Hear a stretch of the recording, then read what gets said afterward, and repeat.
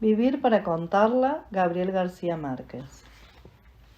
En mis tiempos de estudiante todavía se leía en aquel lugar un periódico que tal vez tenía pocos antecedentes en el mundo.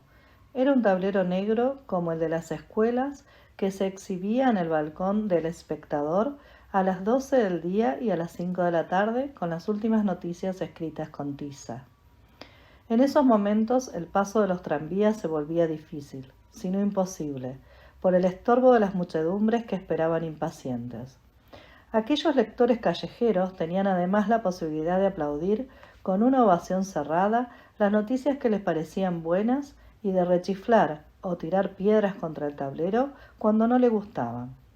Era una forma de participación democrática instantánea con la cual tenía el espectador un termómetro más eficaz que cualquier otro para medirle la fiebre a la opinión pública. Aún no existía la televisión y había noticieros de radio muy completos, pero a horas fijas. De modo que antes de ir a almorzar o a cenar, uno se quedaba esperando la aparición del tablero para llegar a casa con una versión más completa del mundo. Allí se supo y se siguió con un rigor ejemplar e inolvidable el vuelo solitario del capitán Concha Venegas entre Liva y Bogotá. Cuando eran noticias como esas, el tablero se cambiaba varias veces fuera de sus horas previstas para alimentar la voracidad del público, con boletines extraordinarios.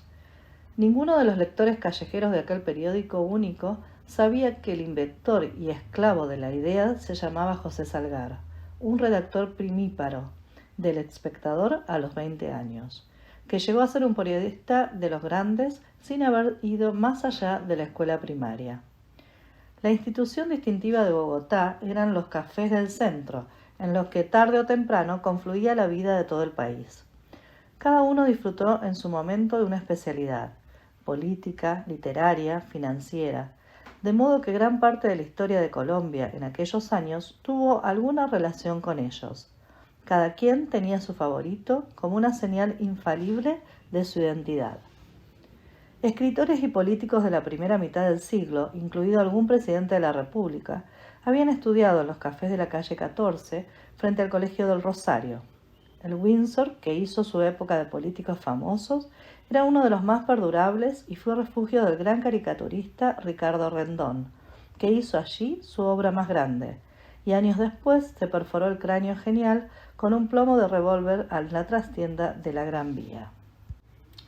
El revés de mis tantas tardes de tedio fue el descubrimiento casual de una sala de música abierta al público en la Biblioteca Nacional.